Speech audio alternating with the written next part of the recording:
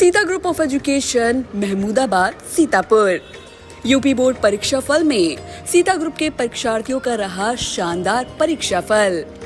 High school में होनहार छात्रा प्रियांशी सोनी ने किया यूपी टॉप। सत्र 2023-24 के लिए प्रवेश प्रारंभ।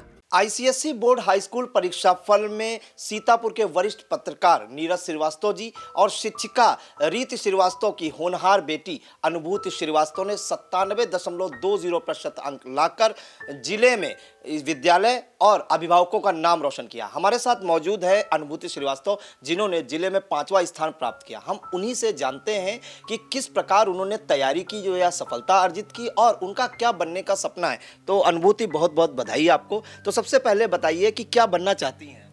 मैं बड़े होकर जज बनना चाहती हूँ। जज बनना चाहती है। अच्छा, आपने 97.20% अंक अर्जित किए हैं। किस प्रकार से तैयारी की थी? सेशन के स्टार्ट में क्या योजना बना के तैयारी की थी? मैंने स्कूल के अलावा रोज़ाना 5 से 6 घंटे की पढ़ाई करी।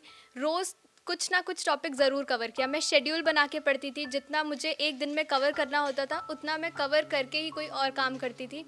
और टीचर्स का बहुत सपोर्ट रहा। मैं अपने जूनियर्स को यही एडवाइस दूंगी कि जो भी जैसा भी आपके टीचर्स बताएं वैसे पढ़ाई करिए। वो बहुत एक्सपीरियंस्ड होते हैं, तो जैसा वो बताएं वैसे पढ़ाई करिए। मैंने जैसा उन्होंने बोला वैसे मैंने पढ़ाई करी और उसी की वजह से मेरे ये अंक प्राप्त हुए हैं। मैंने जो 97% अंक प्राप्त किए हैं वो उन्हीं की वजह से किए हैं। और ऑनलाइन पढ़ाई पे भी मैं कहूँगी कि यूट्यूब एक बहुत अच्छा माध्यम है। उसके थ्रू आप बहुत मतलब कुछ भी कभी भी कोई डाउट है तो आप तुरंत देख सकते हैं। तो वो बहुत हेल्पफुल है ऑनलाइन पढ़ाई। जी बिल्कुल। अच्छा, एक सवाल और जानना चाहेंगे अनुभूति। क्या बच्चे जैसे करते हैं कि कठिन विषयों को ज़्यादा समय देते हैं और सरल विषयों को कम? आपकी क्या योजना रही? आपने क्या ऐसा किया कि सभी सब्जेक्ट्स को बराबर टाइम दिया? देखिए, सारे सब्जेक्ट्स इक्वली इम्पॉर्टेंट होते हैं, लेकिन जैसे कुछ सब्जेक्ट, जैसे मुझे फ़िज़िक्स ज़्यादा डिफ़िकल्ट लगती थी तो उस पे मैं थोड़ा ध्यान देती थी कि उस पे थोड़ा एक्स्ट्रा ध्यान देती थी। लेकिन ऐसा नहीं है कि किसी सब्जेक्ट पे बहुत ज़्यादा टाइम दे दें और किसी सब्जेक्ट को पढ़ें ही ना। सारे सब्जेक्ट्स को पढ़िए, सारे सब्जेक्ट्स इम्पॉर्टेंट हैं। अच्छा, किसे अपना आइडल मानती हैं? मैं अपने पापा को अपना आइडल मानती हूँ। एक सवाल और जानना चाहेंगे अनुभूति। आजकल जैसे बच्चों में एक कॉन्सेप्ट डेवलप हो गया है कि जैसे हमें अच्छे मार्क्स लाने हैं तो कोचिंग ज़रूरी है। आपका क्या मानना है, कोचिंग ज़्यादा ज़रूरी है कि सेल्फ स्टडी से आप जो है अच्छे मार्क्स ला सकती हैं? सेल्फ स्टडी बहुत इंपॉर्टेंट है। सेल्फ स्टडी अगर आप करते हैं, अच्छे से पढ़ाई करते हैं तो आप अच्छे मार्क्स ला सकते हैं। मैंने स्टार्टिंग में कोचिंग्स ली थी, मतलब एक कोचिंग ज्वाइन करी थी, लेकिन एंड में सेशन के मैंने सेल्फ स्टडी पे ज़्यादा ध्यान दिया। बाकी स्कूल के टीचर्स का पूरा गाइडेंस रहा, उन्होंने जैसा बताया मैंने वैसे पढ़ाई करी। जी बिल्कुल। किसे सफलता का श्रेय देती हैं? मैं अपने माता पिता और अपने गुरुजनों को अपनी सफलता का श्रेय दूंगी। जी बिल्कुल। तो जज बनना चाहती हैं होनहार अनुभूति। हम माता जी से बात करते हैं। रीति श्रीवास्तव जी खुद एक शिक्षिका है और कई बच्चों के भविष्य इन्होंने भी संवारे हैं। तो कैसा महसूस हो रहा है बेटी की सफलता पर? बहुत अच्छा महसूस हो रहा है कि मुझे लगता है कि मेरी बेटी ने जितना मेहनत करी थी वो मेहनत का उसको पूरा फल मिला है। और इससे मुझे बहुत ही ज़्यादा खुशी हो रही है और ये चाहती हूँ कि भविष्य में भी ये इसी तरह से प्रगति के पथ पर अग्रसर रहे। आप खुद एक शिक्षिका हैं। सुबह पढ़ाने जाती हैं, दोपहर के बाद लौट के आती होंगी। कैसे मैनेज करती थी टाइम शेड्यूल? बच्चों पे भी ध्यान देना है, घर के काम भी करने हैं, कैसे आपने मैनेज किया? देखिए, स्कूल से आने के बाद सबसे ज़रूरी चीज़ होती है बच्चों के लिए सिर्फ पढ़ाई नहीं, थोड़ा सा आराम करना और थोड़ा सा मनोरंजन भी ज़रूरी होता है। तो मैंने बच्चों को हमेशा ये चीज़ बताई है कि आप ये नहीं कि आप सिर्फ पढ़ते रहें।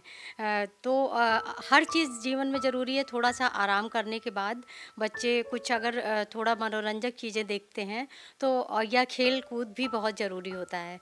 तो वो दोनों चीज़ें करने के बाद फिर बच्चे पढ़ाई करते हैं और उसमें कंसंट्रेट होके जब वो पढ़ें, जिस समय वो पूरा कंसंट्रेशन दें उस चीज़ को, फिर उसके बाद दूसरे वर्क को करें। तो इस चीज़ को मैंने अपने बच्चों को हमेशा समझाया और बच्चों ने उस चीज़ को फॉलो भी किया। जी बिल्कुल। तो माता जी ने बताया कि पढ़ाई के साथ जो है एंटरटेनमेंट भी ज़रूरी है और बच्चों पे पूरा फोकस करना चाहिए कि एंटरटेनमेंट भी करें, पढ़ाई भी करें और क्या कर रहे हैं बच्चे इस पे भी ध्यान रखना चाहिए। हमारे साथ पिताजी नीरज श्रीवास्तव जी लंबे समय से सीतापुर की पत्रकारिता में सक्रिय हैं, वरिष्ठ पत्रकार। नीरज श्रीवास्तव जी कैसा महसूस कर रहे हैं बेटी की सफलता पर? देखिए, किसी भी माँ बाप के लिए बड़े फ़ख्र की बात होती है, गौरव के क्षण होते हैं जब उसके संतान जो है किसी मुकाम पर पहुंचती है, उसे सफलता मिलती है, तो निश्चित रूप से एक जो स्वाभाविक प्रक्रिया है उसी के तहत हमारे परिवार में भी खुशियां है।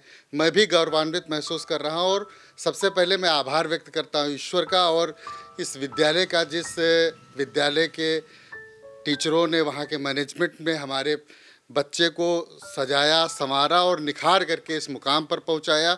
उसमें बेटी की मेहनत है, लगन है, परिश्रम है, ये सारी चीज़ें तो हों, लेकिन जब तक उचित मार्गदर्शन नहीं होता है, गुरुजनों की प्रेरणा नहीं होती है, उनका जो सहयोग नहीं होता है, तब तक इस तरीके की चीज़ें नहीं हासिल की जा सकती।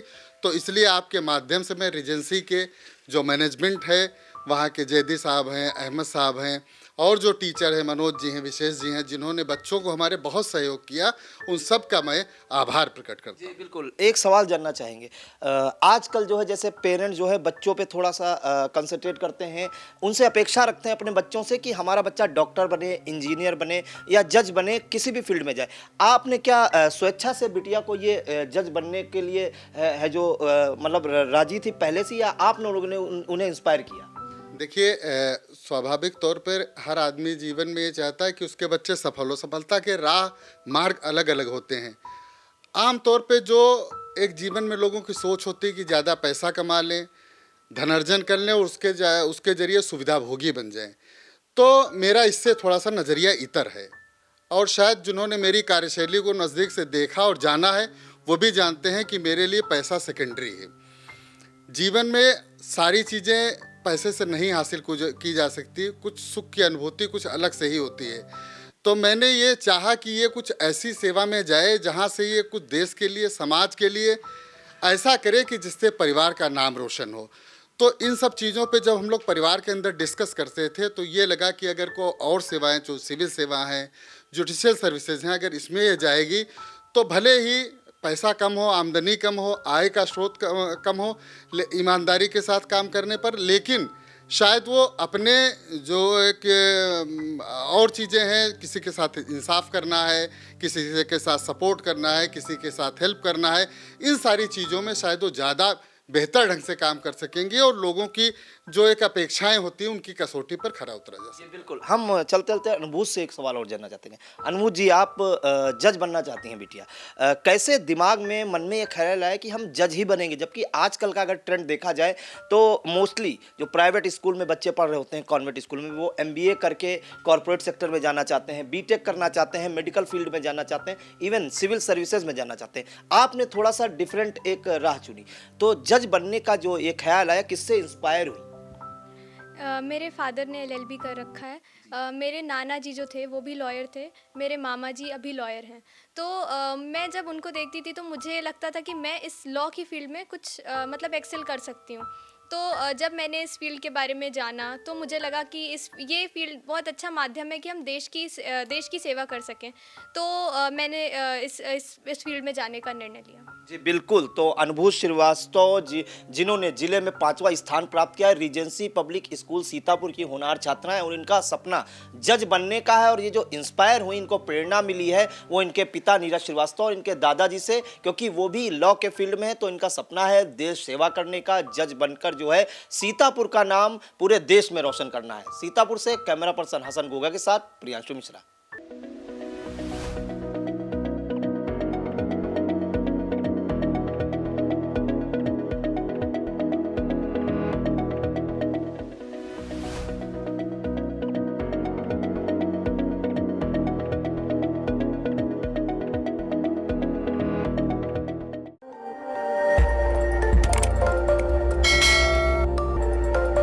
खबर आपकी, नजर हमारी।